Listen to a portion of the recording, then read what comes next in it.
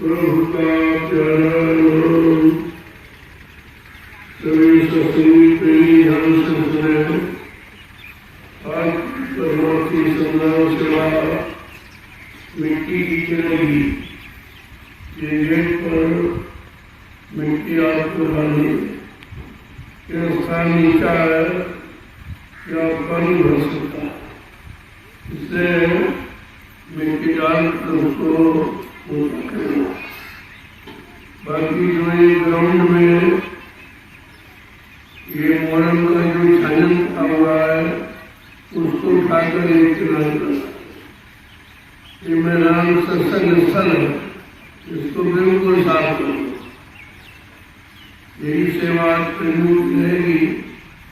मिट्टी की उनको थोड़ा बहुत इधर जो मोरम का छाजन का हुआ छना हुआ उसको ये जगह लगा दे, और मिस्त्री लोग आ गए हैं तो वो फिगर बना दे, फिगर पहुँचते ताकि बाउंड्री में लग।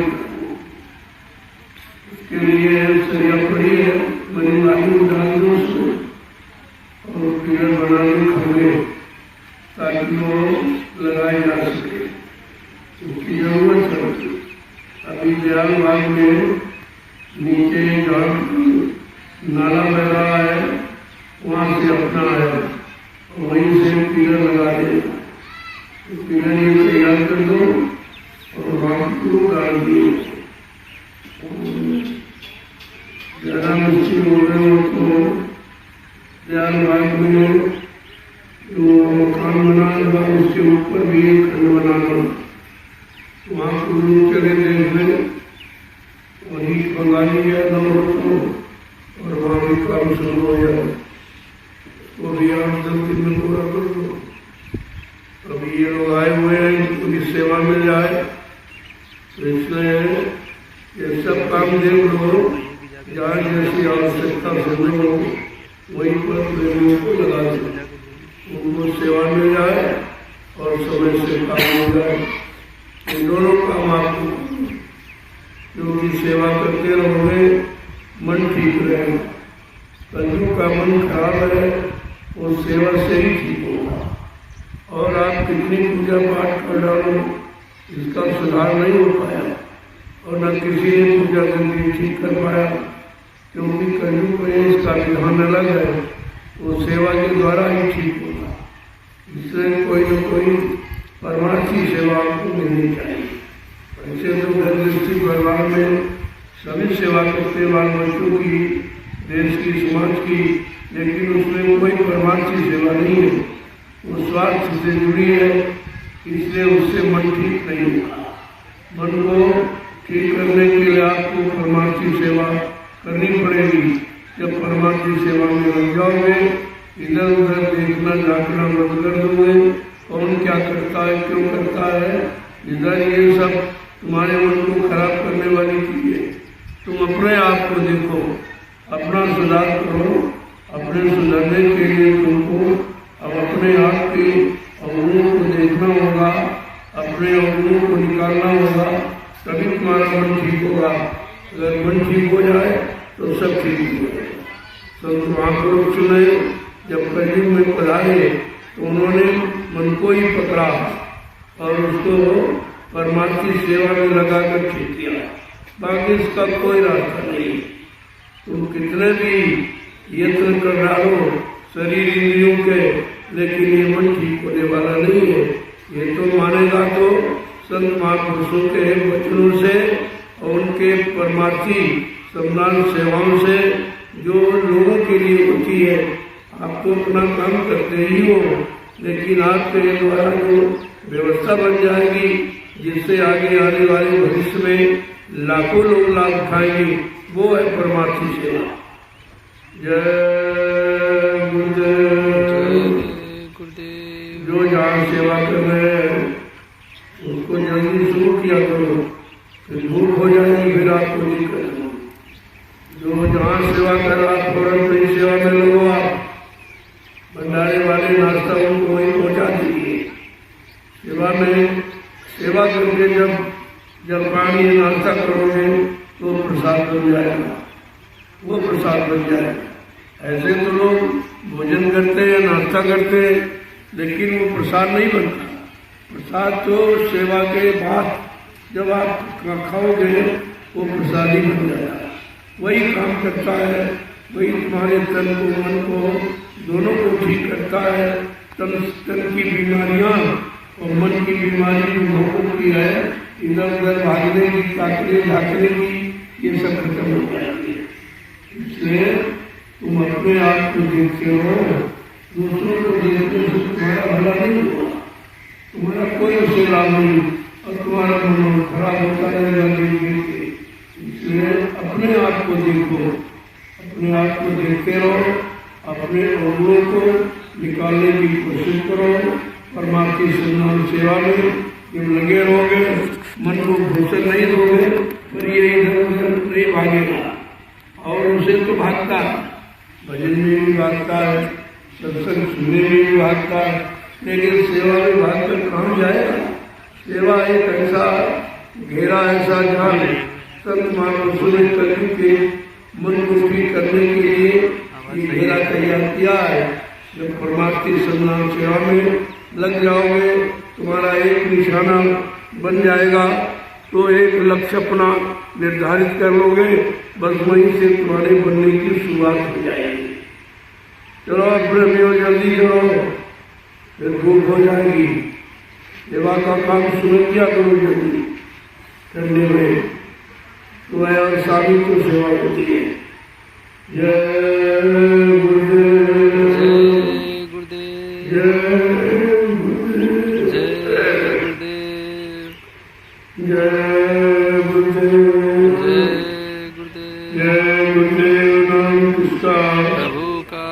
प्रभु का प्यारा नाम। जय गुरुदेव, जोर से बोलो, जय गुरुदेव, सब मिल बोलो, जय गुरुदेव, बोलना होगा, जय गुरुदेव, अभी से बोलो, जय गुरुदेव, दुख दर्द हरेंगे, जय गुरुदेव, सब कष्ट मिटेंगे, जय सुख गुरुदेव, शांति भी देंगे, जय गुरुदेव, सबके दाता, जय गुरुदेव, सबके मालिक, जय गुरुदेव, प्रेम से बोले, जय ये गुरुदेव। नाम नहीं इंसान का, ये नाम है प्रभु का, ये काम नहीं इंसान का, ये काम है प्रभु का। जो इंसानों के बस का नहीं रहा।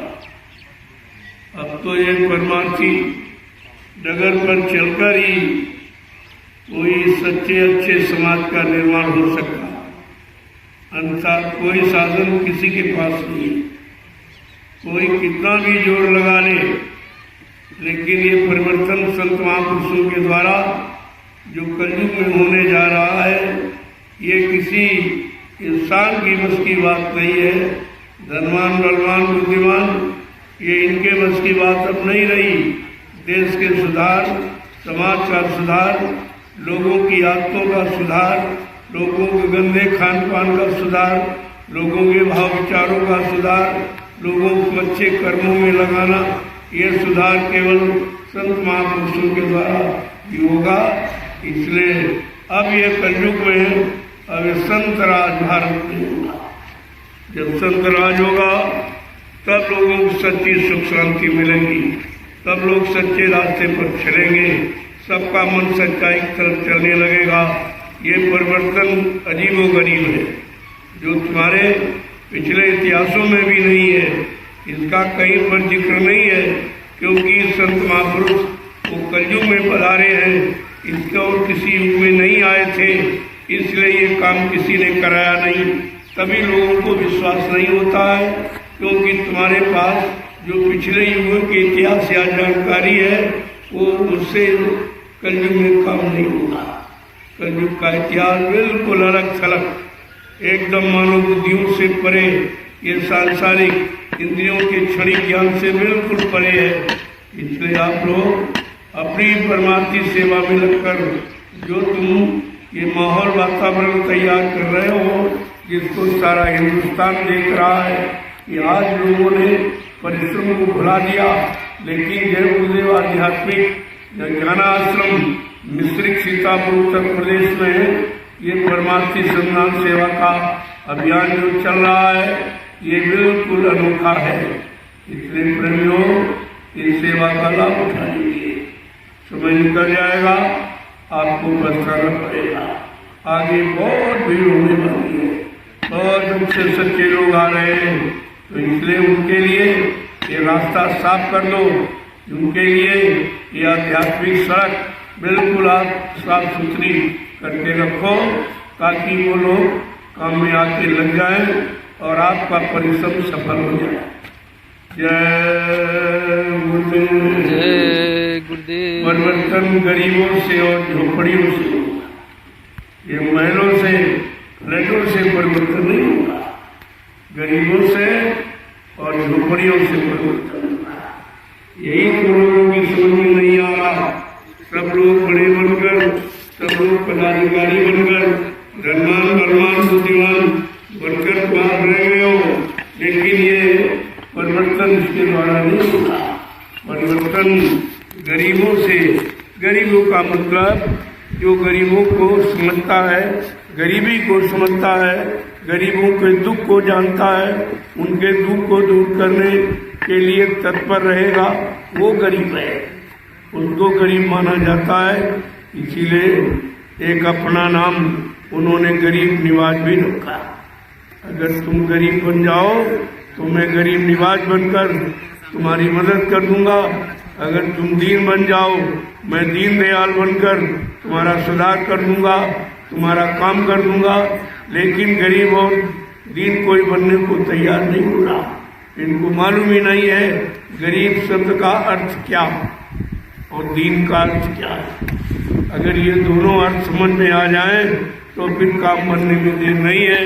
मन का सारा घमंड इसी से उतरेगा, गरीबी और दीनता, ये दोनों चीजें होनी चाहिए। ये संत मत का कहना है। संत मत के प्रेमियों के लिए अब कोई छापा तिलक जनेऊ, ये चंदन मंदन, लाल पीला कपड़ा, दाढ़ी वाल काम नहीं करेगा। आप अगर गरीबी आ जाए, मतलब सादगी आ जाए और सदाचार आ जाए और शाकाहार आ जाए, तो फिर इसी को तो गरीब कहते हैं। वो गरीब है और गरीबी करीब में है। गरीबी में हासिल होती है। अगर करीबी हासिल करना चाहते हो, मालिक के करीब जाना चाहते हो, तो गरीब आपके लिए एक अनिवार्य विषय है। जय गुरुदेव। जय गुरुदेव। जय गुरुदेव। जय गुरुदेव। तुम भोगों के लिए गरीब हो जाओ, बुरे कर्मों को छोड़ने के लिए गरीब हो जाओ, अच्छे सच्चे रास्ते पर चलने के लिए गरीब हो जाओ। गरीब का मतलब जो अपने आप को न्यौछावर कर देता है, अपने आप को सब तरफ से खाली कर देता, वो गरीब है। और गुणों से, बुरे कर्मों से, बुरे खान पान से जो मतलब छोड़ देता है, खाली कर देता है, उसको कहते गरीब। वो गरीब में मालिक हो जाता है। इतनी दूर रहे, कहीं चला जाए, लेकिन वो करीब ही रहता है। वो तो अंदर का विषय है, बाहर का विषय नहीं। इसलिए आप अभी बाहर में ये सब करते हो, इनका कोई काम होने वाला नहीं। जैसे महापुरुषों के लिए आपसे कहा कि भाई दूर से प्रणाम करो, लेकिन आपको समझ में नहीं आता। ये प्रणाम का विषय है, ये छूने का विषय नहीं है। आप हाथों से सभी गंदे काम करते हो, उन्हीं हाथों से उनको छूते हो, तो उससे तुम्हारा कोई लाभ नहीं होगा। तुम्हारा कोई लाभ नहीं होगा। तुम्हारा लाभ होगा दूर से प्रणाम किया जाता है, चरणों को प्रणाम किया जाता, पैरों को छुआ जाता है। ये दोनों चीजें अलग अलग। जब प्रणाम करोगे दूर से, उसका लाभ आपको मिलेगा। यही दो चीज है। क्योंकि जैसे फूल को अगर तुम छूने लगो, पकड़ने लगो, तो वो मुरझा जाता, उसकी सुंदरता खत्म हो जाती, उससे मिलने वाली खुशबू वो भी खत्म हो जाती है। इसी तरीके से आप सबको दूर से प्रणाम करना चाहिए। तुम्हारा हर प्रणाम स्वीकार किया जाता है, ऐसा नहीं है। स्वीकार नहीं किया जाता। इसलिए चरणों को प्रणाम किया जाता है, पैरों को छुआ जाता है। अब आपको ये सोचना चाहिए, लेकिन जब तुम मानते नहीं हो, आपकी समझ में नहीं आता और उससे कोई लाभ मिलने वाला है, अब तो तुम दूर बैठे रहो, लाभ मिल जाए। जब सेवा में लगे रहोगे, बच्चों को मानते रहोगे, मन तुम्हारा सादगी में आने लगेगा, मन में विनय और तड़प पैदा होने लगेगी, वो प्रणाम तुम्हारे लिए लाभकारी होता है। इसीलिए तुम्हारी गंदगी खत्म नहीं होती। जब प्रणाम करोगे उसमें मन, वो भी प्रणाम मन का होता है, शरीर का नहीं होता। शरीर के लिए नहीं, जब मन के शुद्धिकरण के लिए आप मन से प्रणाम करोगे, वो प्रणाम का आपको लाभ मिलेगा। इसलिए छूने से तो गंदगी आप फैला देते हो, लेकिन मानते नहीं हो, समझते नहीं हो, तो धीरे धीरे तुम्हें परमार्थी नगर पर चलाकर ये सब जानकारी दे दी जाएगी कि आपको करना क्या, आपका सच्चा कर्तव्य क्या है। क्योंकि कलयुग में मन ही खराब है और मन से तो आप छूते नहीं हो, तन से छूते हो, उसका कोई लाभ नहीं है। वो केवल तुम्हारी बाहर की भावना है, वो भावना अंदर में लाभ नहीं देती। आपको दूर से प्रणाम करना चाहिए, वो प्रणाम सर्वोपरि है। उस प्रणाम से मन यानी मतलब जुड़ता है, मन लज्जित होता है, मन ये बड़े गुनाहों को कबूल करता है कि मैंने जीवन में कोई अच्छा सच्चा काम न किया है, ना अच्छा सच्चा किसी लिए सोच पाया है। निंदा आलोचना बुराई ईर्ष्या राग द्वेष, इसी में सारा जीवन चला जा रहा है। इसलिए आपको समझाया जाता है कि दर्शन का मतलब दरस, जिसको देखने में रस, प्राप्ति में रस, मन को रस मिले, मन को भोगों से उदासी मिल जाए और ये मन ठीक हो जाए, इसीलिए दरस किया जाता है। तो दर्शन का फल अंदर में है, बाहर में नहीं है। धीरे धीरे जब आप समझने लगोगे तो प्रणाम और छूने का अंतर समझ में आ जाएगा कि हमें साष्टांग दंडवत प्रणाम करना चाहिए कि हमें छू करके गंदा करना चाहिए। जय गुरुदेव, जय गुरुदेव, जय गुरुदेव, जय गुरुदेव। नाम किसका? प्रभु का प्यारा नाम। जय गुरुदेव। चलो प्रेमियों, जल्दी फिर धूप हो जाएगी। मिट्टी की सेवा जो करते हो तो करेंगे। ये गेट पर सामने मिट्टी आपको डालनी है, पड़नी है, जल्दी से डाल दो उसको। 15 तारीख अब करीबी आपकी बिल्कुल है, क्योंकि आज पहली तारीख हो गई, 1 तारीख। हाँ, आज 1 तारीख है। अब गिनती के दिन रह गए, इसलिए सब काम, ये ग्राउंड को बिल्कुल साफ कर दो। ये मैदान सत्संग स्थल रहेगा, अब की बार यही सत्संग होगा, इसलिए इसको साफ सुथरा रखिए। आवासीय व्यवस्था जो वो पीछे कुटी के पीछे आपने मैदान साफ किया है, उसमें आवासीय व्यवस्था रहेगी। जो प्रेमी आ रहे हैं उनको बराबर संकेत करते जाओ। गेट पर 2 आदमी बैठो और जो भी आए उसकी एंट्री करो। एक रजिस्टर पर उसका ये नंबर लिख लो, आधार कार्ड का, उसका नाम लिख लो और वो कहाँ से आया है ये भी लिख लो।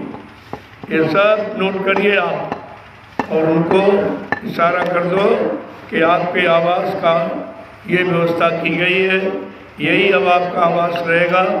जो लोग परमानेंट रहना चाहते हैं वो भी इसी में आवास बनाएं। ये कुटियाँ धीरे धीरे यहाँ से हटा दो, हटाकर वहीं लगाओ, उसी में अच्छा रहेगा आपके लिए। बढ़िया है वो जगह, एकांत है, भजन करने के लिए भी ठीक है। इसलिए उस जगह का जो चयन किया गया है, तो आप अभी उसको और लेवल कर दो, जो लोग आएंगे वो भी। और इसके बाद जब ये कार्यक्रम हो जाएगा, ये जितनी कुटी आपने बनाई सब उसी में बना दो। सारा आवास एकांत में इस ग्राउंड को बिल्कुल खाली कर दो, क्योंकि इसमें और कुछ होना है। तो अभी आपको नहीं बताया है, लेकिन इस मैदान को बिल्कुल खाली कर दो, अपना सारा आवास उसी में बनाओ, बीच में रास्ता रखो और इधर उधर आवास बनाओ एक दूसरे के सामने मुँह करके, और बीच में अपना निकलने वाला रास्ता रखो। कितना सुंदर अच्छा लगेगा, उसको बनाइए तो आप पहले। तो यहाँ से ये सब कुटी हटा के वहीं पर लग जाएगी। अभी आप रहने दें, क्योंकि अभी प्रेमी आ रहे हैं। वैसे अभी हट जाए तो मैदान आपका और अच्छा लगने लगेगा। ये जगह जगह जो आपने इधर उधर ये झोपड़ियाँ बना रखी, ये शोभा नहीं देती है। जो भी काम करो कतार में करो, और मतलब यानी ताकि लोग आए देखें, उनको अच्छा लगे। ये मैदान जो कुटी के पीछे आपने बनाया है, ये ऐसा ही है। ये इधर भी लगा दो और उधर भी बना दो कुटिया, बीच में रास्ता रखो निकलने का। देखो कितना अच्छा, और सब एक जगह हो जाओ, एक ही जगह आप हो जाओ।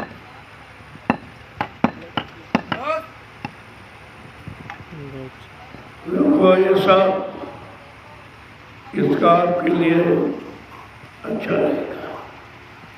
धीरे धीरे जो ये सामने जो खराब लगती है, इन कुटियों को वहाँ लगवा सकते हो।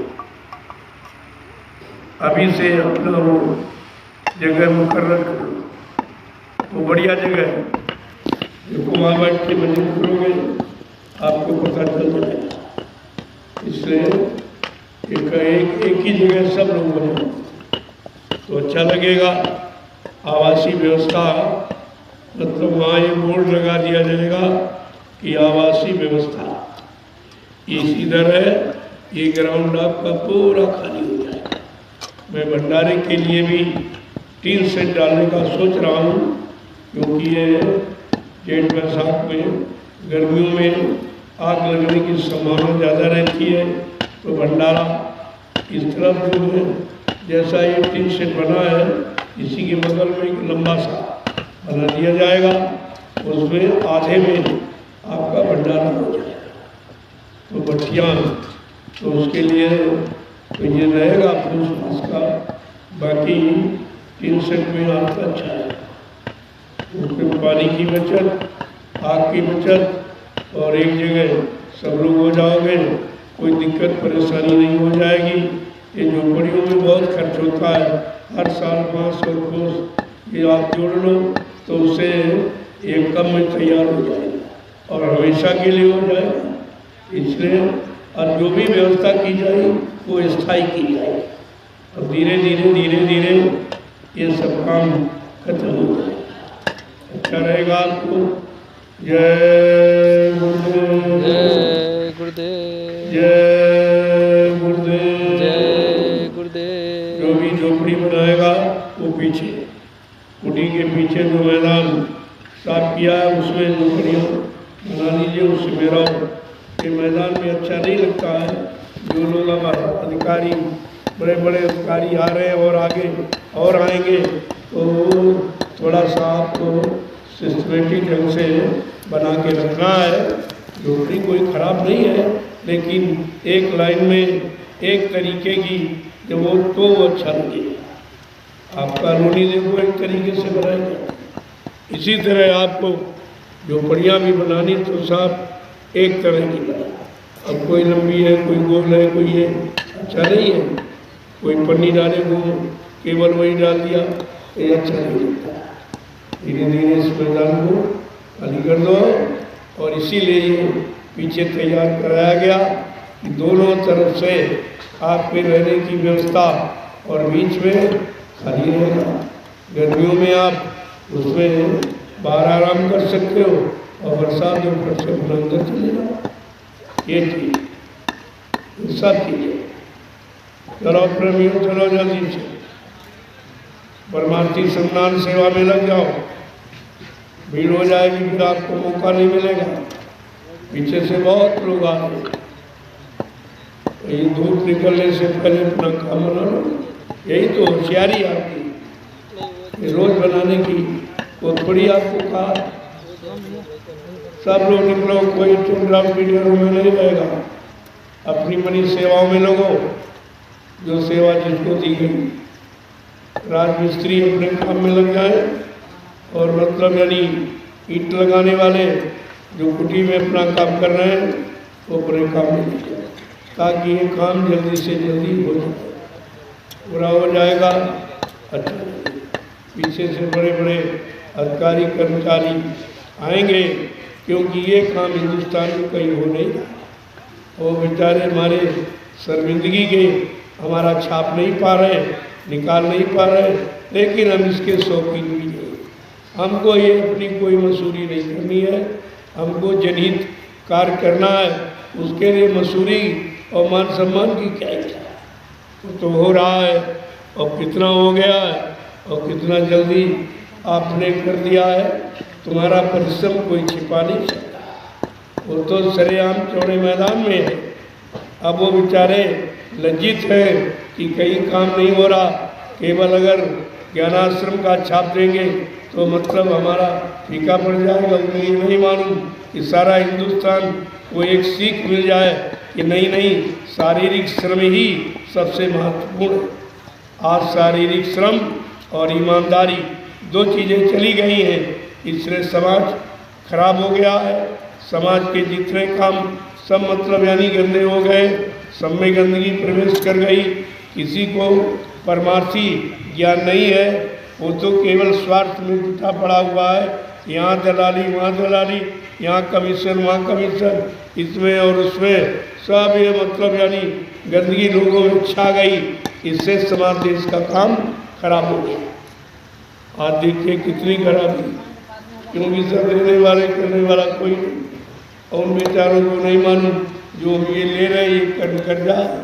इसके लिए इतनी बार जन्म लेना पड़ेगा, और वो भी जन्म बैल घोड़ा खच्चर गधा बनकर वो कर्जे का भुगतान आपको करना पड़ेगा। इसे कोई नहीं माफ कर सकता, न कोई पूजा, न कोई ग्रंथ, न कोई मंदिर, न कोई गंगा, न कोई जमुना का पानी भी इसको नहीं धो सकता है। जो गंदे कर्म आप करते हो, और मतलब यानी धोखाधड़ी और बेईमानी, ये दलाली हलाली, ये सब तुम्हारे बुरे कर्म जो आप ये कर रहे हो, ये सब नोट किया जाएगा। उसके दरबार में कोई धोखा नहीं, और तुम नहीं देखते वो तुमको देगा। जितने तुमको बनाया है वो कितना महान है, वो सब देख रहा और सब जान रहा। संत महापुरुषों के द्वारा तुम्हें ज्ञान करा रहा, जानकारी दे रहा कि अब आपको करना क्या है, मानव शरीर किस लिए मिला। ये सब जानकारी संत महापुरुषों ने सत्संग के माध्यम से आपको सब कुछ बताया है। न मानोगे तो सजा भोगोगे, परिणाम खराब होगा, तो मतलब यानी बीमारी में फंस जाओगे, झगड़े में फंस जाओगे, प्राकृतिक प्रकोपों में, दुर्घटनाओं में चले जाओगे, शरीर की क्षति होगी, धन की क्षति होगी। ये सब नुकसान क्यों हो रहा? केवल गंदे खान पान, गंदे और बुरे विचार और कर्मों के द्वारा। ये इसीलिए माहौल खराब हो, किसी ने खराब नहीं किया। पहले तो विदेशी थे, उन पर दोषारोपण आप कर सकते थे, लेकिन अब तो कोई विदेशी नहीं, सब स्वदेशी। फिर ये खराब क्यों? फिर ये गंदगी क्यों आई? लोगों के अंदर गंदे भाव विचार क्यों पैदा हुए? केवल शरीर, परिवार, बच्चों तक सीमित रह गया। देश सेवा, समाज सेवा ये सब समाप्त हो गई है। तो भारत देश का इतिहास आप गंदा कर रहे हैं, कोई अच्छा थोड़ी कर रहे हैं। इसलिए संत महापुरुषों को इस कलयुग में नए इतिहास का सृजन करना, नया इतिहास प्रवर्तन का कलयुग जाएगा। इसे अभी तक लोग नहीं समझ पाए कि कलयुग क्या है और सतयुग क्या है। हमारे बुरे कर्म, हमारे बुरे विचार, हमारी बुरी धारणा और बुरे मतलब कर्म ही ये कलयुग है, और अच्छे सच्चे इतना पहले समझ तो लो सब क्या आखिरकार संत महापुरुषों ने अनोखा प्रचार प्रसार ये क्यों कराया, कलयुग संयुग की बात क्यों कही जो किसी ने नहीं कही, और कलयुग क्या संयुग क्या ये भी आज तक आप बड़े बड़े ज्ञानी ध्यानी इसका अर्थ नहीं समझ पाए कि कलयुग का मतलब क्या। हमारे सारे बुरे कर्म, हमारा सारा बुरा भाव विचार, हमारी बुरी सोच, एक दूसरे को गिराना, एक दूसरे को ठगना, एक दूसरे को धोखा देना, ये सब कलयुग ही तो है। अब ये कितना विशाल कलयुग, यानी हमारे कितने विशाल बुरे कर्मों में हम चले गए। इसलिए लिहाजा इस कलयुग को भगाना है और संयुग को लाना है।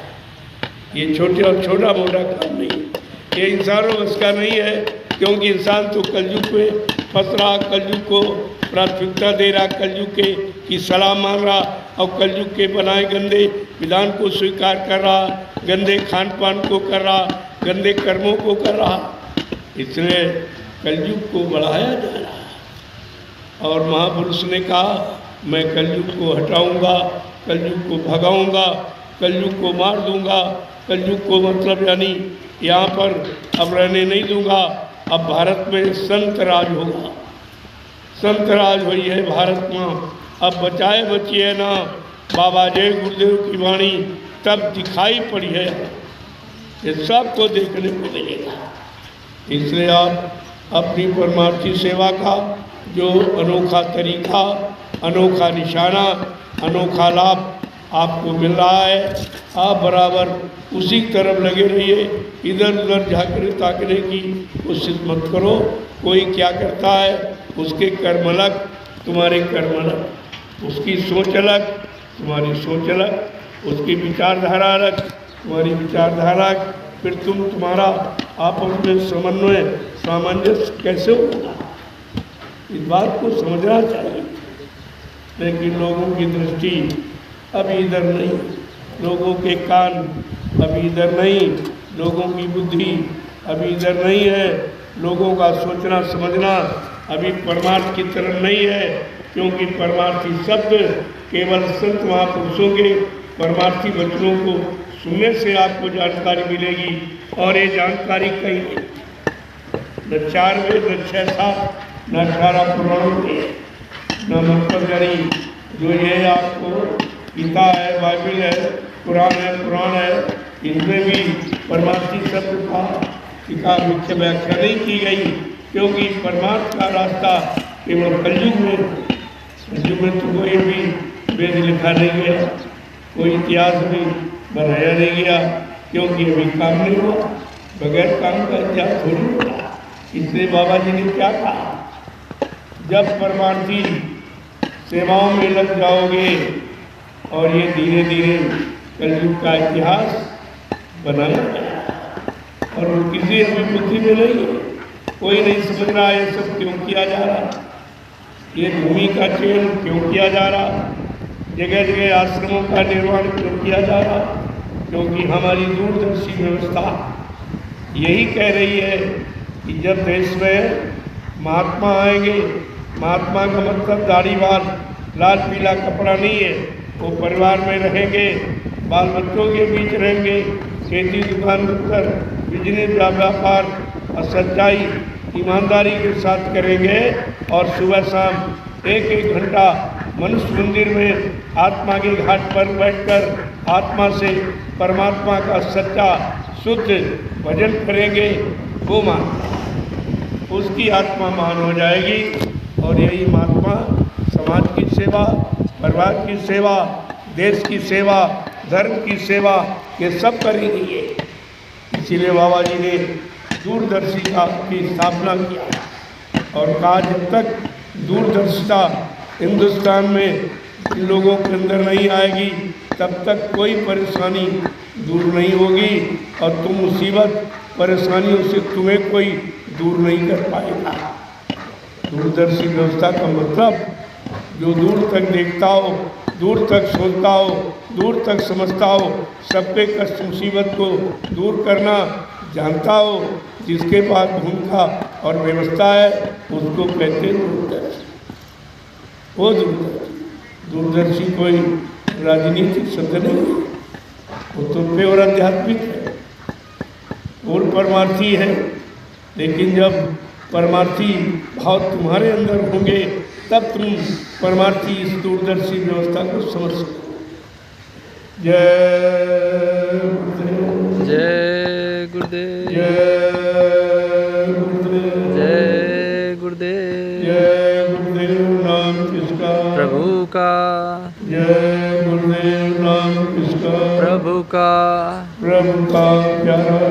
जय गुरुदेव। अब आप लोग अपनी बड़ी सेवा भंडार वाले नाश्ता तैयार करो, उनको वहीं पर पहुँचा जहाँ मिट्टी की खुदाई होती है। वहीं प्रेमी जा रहे हैं, वहीं पर बैठा करो। जहाँ सेवा करते हैं उसी स्थल पर भोजन, उसका एक अलग महत्व, अलग लाभ। यही तो आपको सोचना। जय गुरुदेव। चलो प्रेमी, जो जहाँ सेवा कर रहा है अपनी सेवा में तत्काल बोलिए कि तुम्हारा परमार्थी संग्राम सेवा का इतिहास बिल्कुल अलग थलग, इसे कोई नहीं सोच पाया। सब देखते रह जाएंगे और आप अपनी कमाई कर लो, क्योंकि जानकारी हो जाएगी तो भीड़ हो जाएगी, फिर आप कर लो। इसी तरह मथुरा में भी मथुरावासियों को नहीं जगाया, क्योंकि वो जाग जाते तो वहाँ लोगों को बैठने की जगह नहीं मिलती। इसी तरह से जहाँ आश्रम निर्माण किया जाता है वहाँ पर आज तो सबको जगाया जा रहा है, यहाँ तो सबको जगाया जा रहा, हम सबको मौका भी देते। ग्रामवासी क्षेत्रवासियों को पहले मौका, लेकिन उनकी बुद्धि में कभी आएगा नहीं कि परमार्थ क्या है, परमार्थी लाभ क्या है। इससे कौन से बुरे कर्म कर जाते हैं जो किसी पूजा पाठ से नहीं काट सकते हैं। कितना पूजा पाठ करो, कितनी गंगा जमुना ना हो, अब वो गंगा जमुना का पानी भी तुम्हारी कर्मों की गंदगी को नहीं धो सकता, उसमें भी क्षमता समाप्त हो गई, क्योंकि उसको भी आपने गंदा कर दिया। वो जल भी स्वच्छ नहीं, क्योंकि सब फैक्ट्रियों में गंदी नाले, सारी गंदगी जब उसमें आपने समा दी तो तुम्हारे अंदर शुद्ध अच्छा भाव गंगा के प्रति कहाँ है, नदियों के प्रति कहाँ है। सब नदियों को इन्होंने एकदम गंदा नाला बना दिया, और जो लाभ मिलता था शारीरिक शुद्धता का वो भी नहीं मिल रहा, क्योंकि ये जल पहाड़ों से मतलब आता था, तमाम जड़ी बूटियों को अपने साथ समाहित करके सबको लाभ देता था। लेकिन आज वो भी जड़ी बूटियाँ भी खत्म कर दी, सब मतलब यानी समाप्त कर दिया, सब जंगल समाप्त कर दिए। तो इसलिए अब तो विनाश काले विपरीत बुद्धि जो हुई है तो विनाश तो निश्चित है, क्योंकि मानने वाला कोई है नहीं, समझने वाला कोई है नहीं, समझ कर कोई करने वाला, अच्छे सच्चे रास्ते पर चलने वाला कोई है नहीं, तो वो निश्चित यानी वो तो विनाश तो निश्चित है, उसे कोई रोक नहीं सकता। चलो प्रेमियों, चलो जय गुरुदेव। अपनी मति से अब आपको संदेश भी मिल गया कि हमें करना क्या है और क्यों करना है, किस लाभ की प्राप्ति के लिए करना है, ये सब जानकारी है। आप उनसे प्रणाम किया करो, उसी का सत्य जो अंदर से मन से, क्योंकि मन को ठीक करना है, मन को झुकाना है, मन से प्रणाम करना, मन से सिजदा करना है, और मन से ही हमें सेवा करनी है, और मन को ठीक करना यही हमारा कर्तव्य होना चाहिए, यही हमारा निशाना होना चाहिए। संत मत में केवल मन के लिए ही तो कहा गया, पढ़ो तुम इसी के पीछे और सभी जतन तजना। कोई शारीरिक इंद्रियों वाले कर्म अब आपको कलयुग में नहीं करना, क्योंकि कलयुग में उनका कोई लाभ नहीं है। गोस्वामी जी महाराज ने रामचरितमानस इसीलिए लिखा लेकिन तुम उनकी भी शिक्षा की बात नहीं मानते हो। जब उन्होंने कह दिया कलयुग जोग यज्ञ नहीं जाना, एक आधार नाम लो, कोई जब तब योग पूजा पाठ कलयुग में नहीं। क्यों? गंदगी में कोई पूजा स्वीकार नहीं होती। तुम्हारा मन गंदा, तुम्हारा तन गंदा, तुम्हारी इंद्रियां गंदी, तुम्हारा खान पान गंदा, तुम्हारे भाव विचार, तुम्हारी सोच, ये सब गंदी ही तो। गंदगी में कोई बंदगी स्वीकार नहीं होती है, ये आपको समझ लेना चाहिए। अगर बंदगी करना है, बंदगी का लाभ पाना है, तो गंदगी से आपको दूर होना पड़ेगा। गंदगी ही जिंदगी खराब कर देती है, और गंदगी दूर हो जाए तो आपकी बंदगी स्वीकार हो जाए। देखो कितना बड़ा आधार है शुद्धता का, शाकाहार का, या अच्छे खान पान का, लेकिन कोई ये नहीं, सब पूरे खान पान में फंसे पड़े। इनको बुराई नहीं दिखाई देती।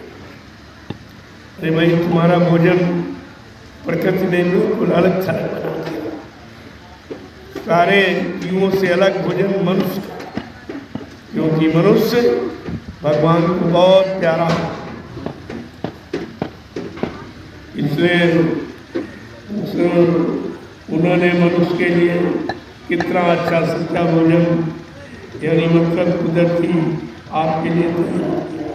सीजनल अनाज, सीजनल दालें, सीजनल सब्जियाँ, फल फूल मेवे, दूध मक्खन मलाई घी, जो किसी योनि के लिए नहीं, लेकिन इतना शुद्ध आहार छोड़कर आप गंदगी में चले गए, गंदे खान पान में चले गए। अरे पीना है तो दूध पीना, पानी पीना, जूस पीना, लेकिन शराब नहीं पीना है, गांजा नहीं पीना है, चरस नहीं पीना है, अफीम नहीं पीना। पहले पीना तो सीखो। तुम पीना भी नहीं जानते। जो बच्चा जानता है, बच्चे को देखो माँ के दूध की कितनी यानी मतलब समझ है, फट से दूध पीने लगता। और कोई गंदी चीज़ जो तो नहीं पिएगा, बच्चा भी नहीं पिएगा। तुम्हारे अंदर बच्चा बुद्धि नहीं है, तुम्हारे अंदर बड़े खान पान की पकड़ नहीं, खान पान की समझ नहीं रही, और गंदगी में फंसकर अपने जीवन को नष्ट करते हो। इसकी भी सज़ा मिलेगी, क्योंकि ये मानो अनमोल मंदिर है। मंदिर को गंदा करोगे तो सज़ा परमात्मा देगा। इस सज़ा से कोई नहीं बचेगा। कितना भेष बना लो, कितने कपड़े बदल लो, कितना छापा तिलक लेप कर लो इस चमड़े के खोल पर, इससे कोई माफ़ी मिलने वाली नहीं, न इससे कोई तुम्हारा काम होगा। क्योंकि ये चमड़े का खोल है, ये खोल के अंदर तो परमात्मा ने अपनी चेतन जीवात्मा को बैठाला है। ये जीवात्मा का रहने का घर, इससे गंदा करोगे तो सख्त सजा मिलेगी। ये क्यों नहीं आप समझते? ये परमात्मा की सच्ची मूर्ति जीवात्मा इसी मनुष्य रूपी मंदिर में बैठी है। ये सच्चा मंदिर, और इसी पंच भौतिक शरीर ने ये तमाम मंदिर बनाए। अगर ये मंदिर परमात्मा ने न बनाया होता तो ये मिट्टी और पत्थर के मकान कोई नहीं बनाता था। इतनी बड़ी बात भूल आप कर रहे हो, और भूल को सुधारने की कोशिश भी नहीं कर रहे हो। सारा समय तुम्हारा इसी में जा रहा है। समय भी आपने यानी ना हरि भजे, न घर सुख पाए, और बिरथा बेहाय गई, और तुम नाते प्यारे एको नहीं। तुम्हारा तो कोई काम नहीं, न इधर का न उधर का। और जब करने वाला जो साधन खराब कर दोगे तो कार्य कैसे करो? ये शरीर साधन है, साधन धाम मोक्ष करता रहा। कितना साफ कहा है, ये साधनों का धाम, इसमें मोक्ष का दरवाज़ा है। अगर इसको दरवाजे को पाकर और तुमने अपना काम जीवात्मा का नहीं कर पाया तो कहाँ सक्सेस होगा? साधन धाम मोक्ष कर द्वारा पाए न जई परलोक समाधि। ये पा करके मनोन्मिल मंदिर पा करके अपने परलोक, यानी जो तुम्हारा परे लोक, परलोक माने स्वर्ग वैकुंठ नहीं होता, परे लोक जो सारे लोगों को परे सतलोक है, जहाँ की जीवात्मा रहने वाली। अगर जीवात्मा को अपने घर नहीं पहुँचा पाया तो फिर कलयुग के अलावा कोई ऐसा युग नहीं है जिसमें आप इसका सुधार करेंगे। इसलिए समय को समझो और समय से चेतो जागो और समय से अपना काम बना लो, वो व्यक्ति बुद्धिमान माना जाता है। जय गुरुदेव। जय गुरुदेव। जय गुरुदेव। जय गुरुदेव। जय गुरुदेव रामकृष्ण प्रभु का। जय गुरुदेव रामकृष्ण प्रभु का। प्रभु का प्यारा। जय गुरुदेव। जो परमार्थी संग्राम सेवा कर रहे हो वो हिंदुस्तान में कोई नहीं, इसलिए एक कलयुग का इतिहास अनोखा सबके सामने बनना, लेकिन समझ नहीं पा रहे और इसमें भागीदार भी नहीं हो पा। ऐसे ही तो त्रेता में नहीं समझ पाए, त्रेता ने समझा तो मतलब यानी बालू बंदरों ने समझा, द्वापर में समझा, ग्वालवालों ने समझा, तभी तो लोग थे, तब भी ज्ञानी ध्यानी थे। क्यों नहीं समझ पाए, क्यों नहीं अपना पाए, क्यों नहीं लाभ उठा पाए? क्योंकि उन्होंने उस पर विचार नहीं किया। ये बड़ा विचारणीय विषय है और सबको करना पड़ेगा। इतना कुदरत मजबूर कर देगी तो आपको संत महापुरुषों की शरण में आना ही पड़ेगा। जय गुरुदेव। जय गुरुदेव। इसीलिए व्यवस्था बनाई जा रही है। अब जैसे आदमी एकदम बीमार हो जाए, पहले से दवा बना के न रखी जाए तो आपको कैसे मिलेगा? और जब बीमार होंगे तब तक तो खत्म हो जाए। इसलिए व्यवस्था पहले बनाई जाती है। ये सब व्यवस्था क्यों बनाई जा रही? ये आश्रमों का निर्माण क्यों किया जा रहा? आगे इसी की आवश्यकता पड़ेगी। यही कार्यस्थल होंगे, यहीं पर महात्मा बैठ के सच्चे समाज का संचालन करेंगे और लोगों को धर्म और कर्म का शुद्ध संदेश देंगे। आपकी समझ में नहीं आया सब क्यों किया जाए और इसमें लग जाओगे तुम्हारा भी नाम हो जाए। नहीं, काम तो रुकने वाला नहीं है। आप देख रहे हो आप नहीं कर रहे हो तो क्या काम नहीं हो रहा? करने वालों की हमारे पास कमी नहीं है। अब तो करोड़ों लोग आ गए, क्या नहीं हो सकता? धीरे धीरे सबकी नज़रों में ये मतलब यानी सम्मान जा रहा है, सब देख रहे हैं। क्योंकि अब आदमी श्रम परिश्रम के लायक नहीं रहा, कमज़ोर हो गया, भोगों से एकदम खोखला हो गया, शरीर में सामर्थ्य और शक्ति और बर्दाश्त क्षमता सब समाप्त हो गई है। इसलिए ये काम किसी के बस का नहीं। जो यहाँ हो रहा है इसको देखिए आप, समझिए तो सबके लिए हो रहा। अब ना आओ और ना मतलब यानी सेवा का लाभ उठाओ तो हम उसमें क्या कर सकते हैं? जय गुरुदेव। जय गुरुदेव। जो सबके उत्थान का, सबके विकास का, सबकी प्रगति का है, उसे नहीं समझोगे तो फिर तुम्हारा उत्थान कहाँ होगा? और तुम जो कर रहे हो उससे कोई समाज का और देश का और लोगों का कोई उत्थान हुआ या हो सकता? अरे विचार कीजिए, परमात्मा ने मानव बुद्धि दी है, ये परीक्षण का यंत्र है। इससे आप विचारो, सोचो, समझो कि हम क्यों नहीं कर पा रहे, हमारे करने का रास्ता गलत है या सोच गलत है।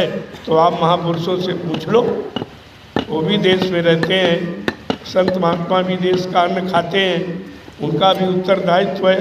वो तो बगैर तुम्हारे पूछे ही काम कर रहे हैं और सबके लिए कर रहे हैं, और तुम्हारा भी नाम हो जाए और तुम्हारा काम बन जाए और तुम्हारी मशहूरी हो जाए, लेकिन तुम उनके तक आते ही नहीं हो, उनसे कोई सलाह मशवरा आप करते ही नहीं हो, तो फिर अच्छे सच्चे काम तुम्हारे बस की बात नहीं है। इतना तुम जोर लगा लो, ये काम होने वाला। देश में कंगाली आ गई। बाबा जी ने सन 1980 में कहा था कि चंडी मसाल लेके निकल पड़ी और वो पहले विदेशों में धन छपाया करेगी, फिर भारत का धन समाप्त हो जाएगा। अब वही तुम्हारे सामने कहते खजाने में कुछ नहीं, मेरे पास कुछ नहीं, कहाँ चला गया? इतना सोना था कहाँ चला गया? क्या सोना आपने खेतों में खाद बना के फैलवा दिया या कोई मशीनों में आपने यंत्र बना दिया, पुर्जे बना दिए? आखिरकार कहाँ गया? आप इसे छिपा नहीं पाओगे। महापुरुषों की दृष्टि से कोई चीज़ अलग नहीं। वो भूत भविष्य वर्तमान सब देखते हैं। जहाँ तुम रख रहे हो या तुमने रख दिया वो भी जानते हैं।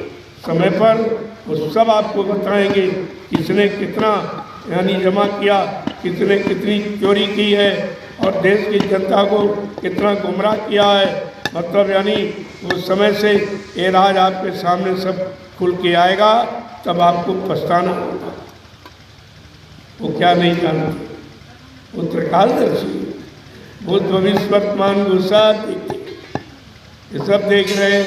तभी तो आपको बता रहे हैं कि समय से पहले अपना सुधार करो, न कुदरत माफ करने वाली नहीं है। जय गुरुदेव, जय गुरुदेव, जय गुरुदेव, जय गुरुदेव, जय अब गुरुदेव। कुछ होने वाला है, वक्त बदलने वाला है, अब कुछ होने वाला है, वक्त बदलने वाला है। बाबा जी जो कुछ कहते हैं सब सच होने वाला है। इस बात को ध्यान में रखिएगा। ये सब तुम्हारे सामने होके गुजरेगा, कोई चीज़ ऐसी नहीं है। उन्होंने कहा कि सूरज पूरब से निकलना बंद कर दे, पश्चिम में निकलने लगे, जमीन अपनी जगह छोड़कर आसमान की जगह ले ले, आसमान जमीन की जगह पर आ जाए, ये तुम मान लेना। लेकिन कहा बच्चा जो मैं मंच पर बैठकर बोल दूंगा वो इधर उधर होने वाला नहीं है। जय गुरुदेव। आपको इस पर विचार, सारे देश में जानकारी दी गई, सबको दी गई।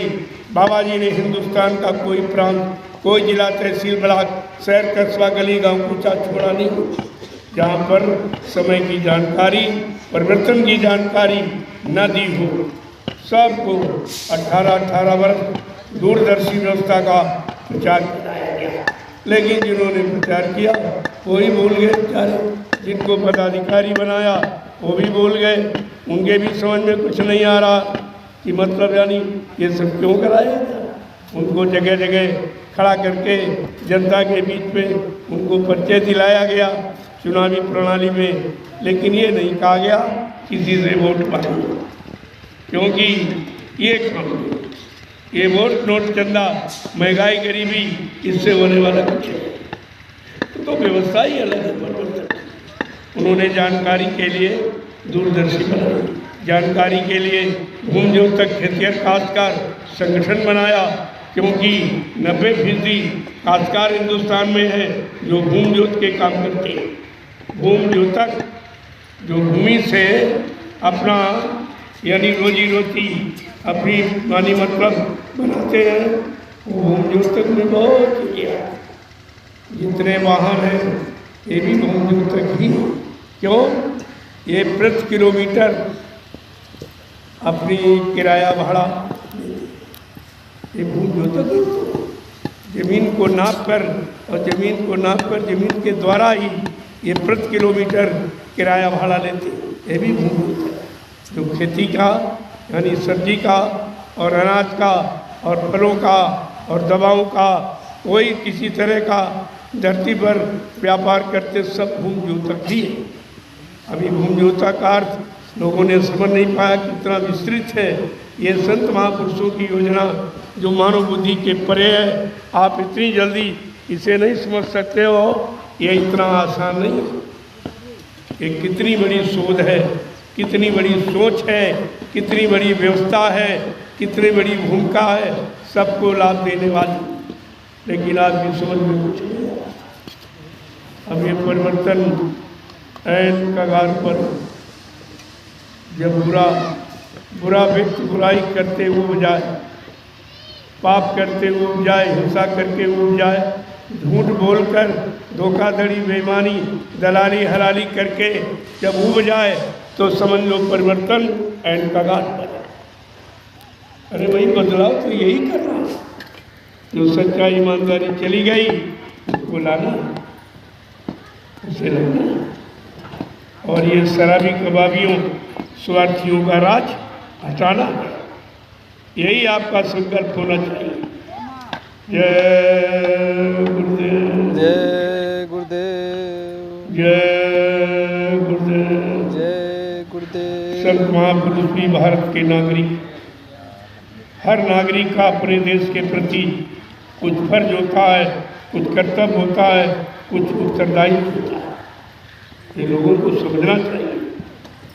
लेकिन आज आपने उनका उत्तरदायित्व, उनका फर्ज, उनका कर्तव्य जो सच्चा है, सबके लिए, सबका हित है जिसमें, आप उसको भूल गए हो। इसीलिए ये परेशानियाँ आके खड़ी हुई। अभी क्या, जो आगे समय खड़ा है, जिसमें मानव बुद्धि बिल्कुल शून्य हो जाएगी, एकदम स्तब्ध हो जाएगी, अपने लिए नहीं सोच पाएगा तो दूसरे के लिए और समाज के लिए, देश के लिए क्या सोचेगा। ये सब आपको जानकारी है। जय गुरुदेव, जय गुरुदेव, जय गुरुदेव, जय गुरुदेव, जय गुरुदेव। 15 सितंबर को जो आध्यात्मिक सत्संग होने जा रहा है, जिससे सारे देश में हलचल मच जाएगी।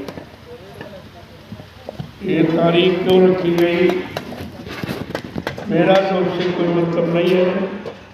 मेरा मतलब आध्यात्मिक सत्संग के साथ वो कोई दिवस हो, वो हिंदू दिवस हो, चाहे गणतंत्र दिवस हो, चाहे स्वतंत्रता दिवस हो, मतलब यानी चाहे मृत्यु दिवस हो, हमारा लक्ष्य एक ही है, आध्यात्मिक सत्संग का प्रचार और प्रसार। मेरा एक ही लक्ष्य की निशान है। अब कोई माध्यम बना दिया जाए आपके तक पहुंचाने का, बच्चों को पहुंचाने का, आप सबके तक संदेश को पहुंचाने का कोई माध्यम बना दिया जाए, कोई आधार बना दिया जाए, तो वो कोई बात नहीं गलत। लेकिन मेरा लक्ष्य, मेरा निशाना आध्यात्मिक सत्संग बच्चों के प्रसारण का है। बाबा जी के अनोखे परिवर्तन करने वाले इस संदेश को, ये इंकलाब को जन जन के कान तक पहुँचाने, मैं वही काम करता हूँ। और अपने स्वार्थ, लोभ, लालच, अपनी बड़ाई मशहूरी का, अपने निजी लाभ का मेरा कोई काम नहीं, क्योंकि हमको ये कुछ नहीं चाहिए।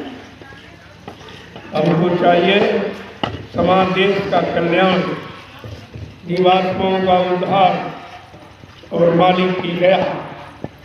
भीख तो इसकी होगी और सारे मानव समाज के लिए ये भीख मांगी जा रही।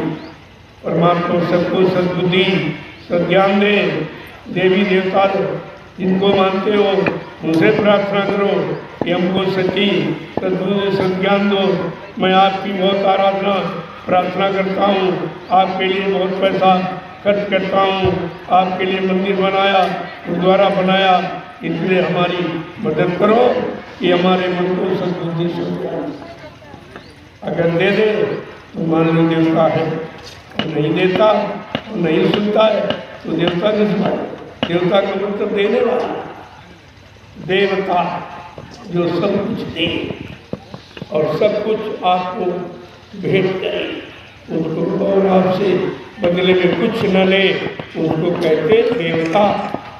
ये है देवता की परिभाषा, आपको समझनी चाहिए। इतने 3 युगों से कर रहे हो और समझ आपको समझदारी बिल्कुल नहीं। इस करने का कोई फल भी नहीं, कोई लाभ भी नहीं। इस तरह की कितनी पूजाएं आपने बनाई है, लेकिन कोई पूजा ने आपके मन को ठीक किया, आपके मन को शुद्ध किया, आपके मन को बुरे कर्मों से रोका, गंदे खान पान से रोका।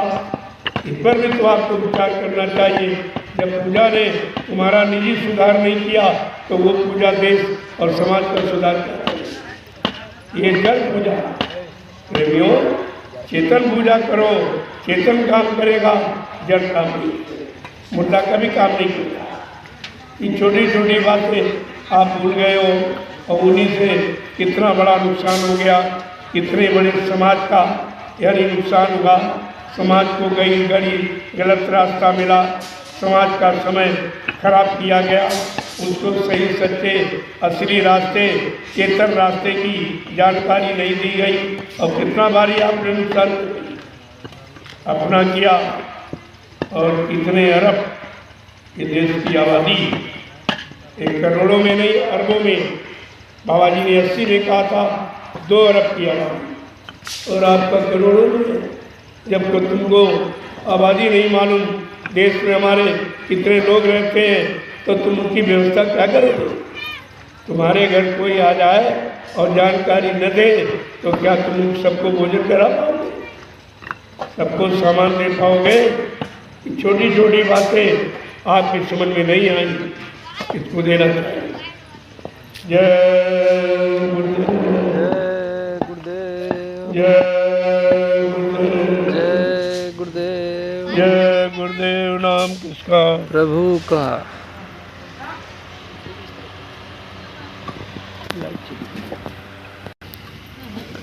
थोड़ा ऐसे सुनो, जो खुदी में उल्ट लग रही है उसमें मालूम की आवश्यकता है। सब प्रेमी एक बार एक नदिया चले जाए, वहाँ से नदी से बालू हो। सब लोग प्रेमी सारी सेवाएं बंद कर दें। थोड़ी देर के लिए आप लोग नदी पर चले जाओ और एक एक गाड़ी मालूम नहीं किया, ताकि ये जो काम हो रहा है कुटी के अंदर जो ईंट लग रही है उसमें मालूम की आवश्यकता, ऊपर से डालते जिससे दराज बंद हो जाए और ये ईंट हिले नहीं।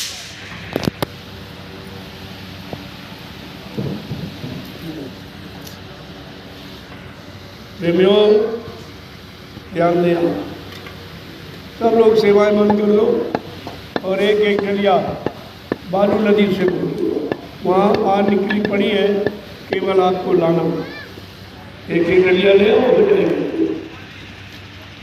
जाओ प्रेमी चले जाओ, ये काम बंद हो तो आदमी हो जाएगा। ईंट होना है, सब उठाओ और फावड़े वाले पहुँचो वहाँ जल्दी से भरने के लिए।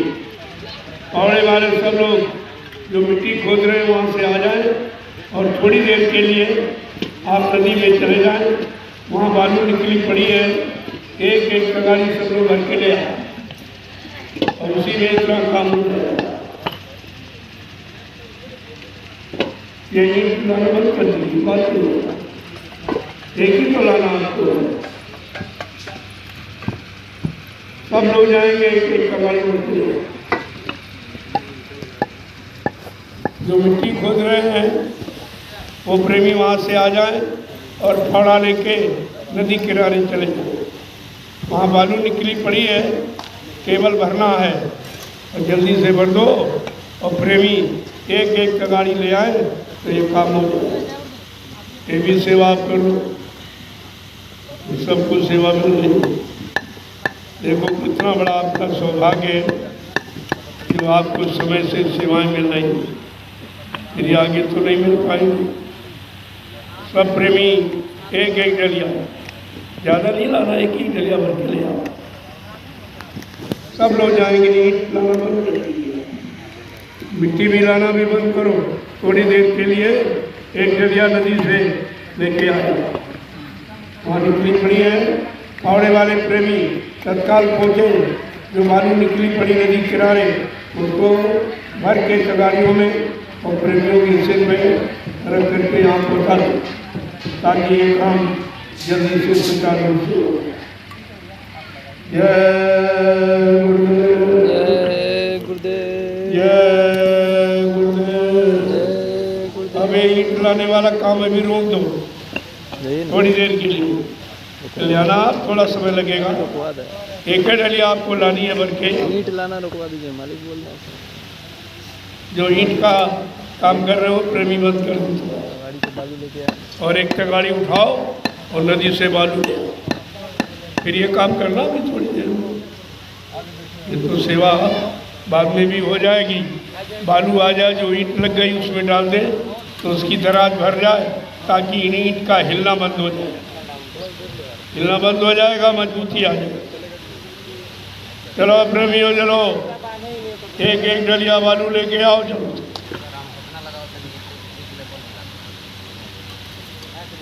ये यहाँ की सारी सेवाएं रोक दो थोड़ी देर के लिए और सब लोग नदी किनारे पहुँचो। एक एक डलिया बालू भर के ले आओ। ये मिट्टी की सेवा, ईंट की सेवा थोड़ी देर के लिए बंद कर दो। ये सब ले आओ। जय गुरुदेव। जय गुरुदेव। जो मिट्टी खोद रहे फावड़े वाले प्रेमी, आप तुरंत नदी किनारे पहुंचो और एक एक डलिया भर के सबको यहाँ मालूम है, ताकि ये काम रुके नहीं। जरूरत पड़ेगी तो फिर आपसे बढ़ो। अभी आप इतनी ले आओ, वैसे दो दो डलिया मुश्किल हिस्से में पड़ेगी। अभी भीड़ आ रही है, एक ही के डलिया में बहुत हो जाए। अभी आप सारी सेवाओं को थोड़ी देर के लिए रोक दो, चले जाओ, ताकि इस सेवा में भी तुम्हारा हिस्सा हो जाए। जाओ प्रेमी, एक ही डलिया आपको लानी है। नदी किनारे चले जाओ और भर के ले ये काम जल्दी से हो जाए, ताकि जो ईंट लगाई जा रही है उनके ऊपर से डाल देंगे।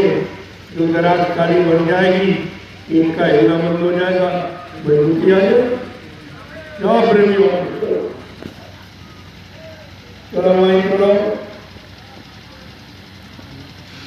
गाड़ी जाने का रास्ता नहीं, मैं भी पहुंच जाता हूँ। पूरा रास्ता उधर खराब हो। चलो प्रेमियों, करो जल्दी से करो।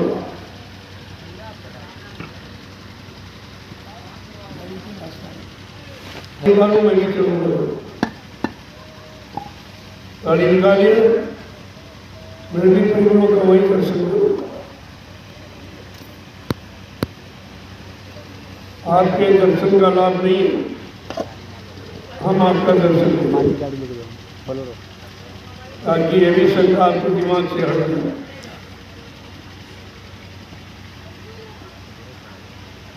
देखो जल्दी से आओ, गाड़ी निकालो। मैं भी वहाँ चलूँगा नदी किनारे, जहाँ प्रेमी बालू ला जरा दिन के साथ साथ। जय गुरुदेव। जय गुरुदेव। जय गुरुदेव।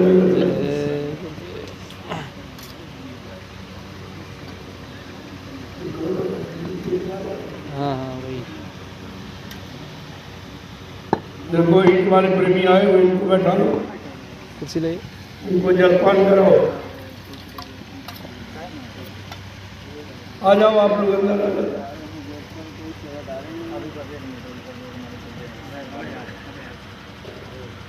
अंदर बैठे थे।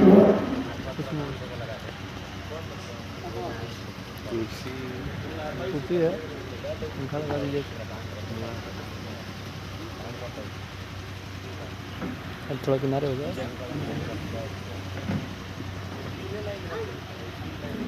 एक ताजी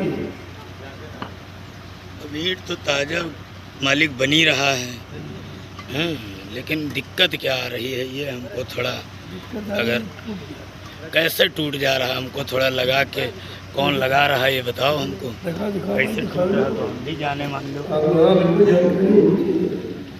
कोई कमी है कैसे लगाते।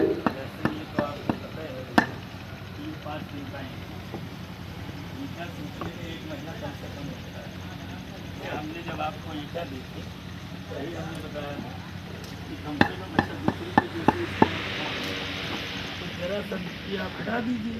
आपको हमको ये सब बताने की ज़रूरत नहीं है, लेकिन कुल मिला के ताज़ा माल बन रहा है।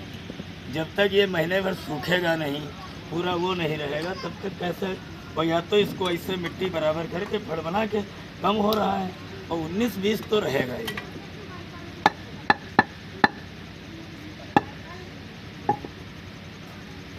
इसको फंटी मार करके लगाते हैं। फंटी मार हाँ, फंटी मार के लगाते हैं। पेट मोटी पतली है तो थोड़ा बहुत ये हाथ का काम है, ये 19-20 रहता है। अगर आपको ये लगता है तो हमको कहीं यूपी के अंदर उस प्लांट में हमको ले चलिए कि जिस प्लांट में एक फंटा मार के ये ईंट लग जाए। जैसे हम लोग लगाते हैं ना, कोई भी लगाते हमको हैं, जहाँ बताओ वहाँ इतना चले। ऊंचा करके लगाते हैं इतना आपकी बात से हम सहमत हैं। और जब तक इतना ऊंचा करके नहीं लगा पूरा तो बैठेगा नहीं तो गाड़ी उसको चलेगा उतना बजे तो उतर उतना जाएगा। ठोकिए, उसको उतना ठोकिए भाई, टूटे इतना हमारे ऊंचा सामने करके टूटे। ठोकेंगे तब तो बैठेगा, नहीं तो गाड़ी चलेगा बढ़ जाएगा। नहीं, बात भैया आपकी सही है, हम मालिक के सामने इसीलिए आए अगर हैं। उसको ऐसे रख अगर देंगे तो फिर गाड़ी आपको- से वो दब जाएगा।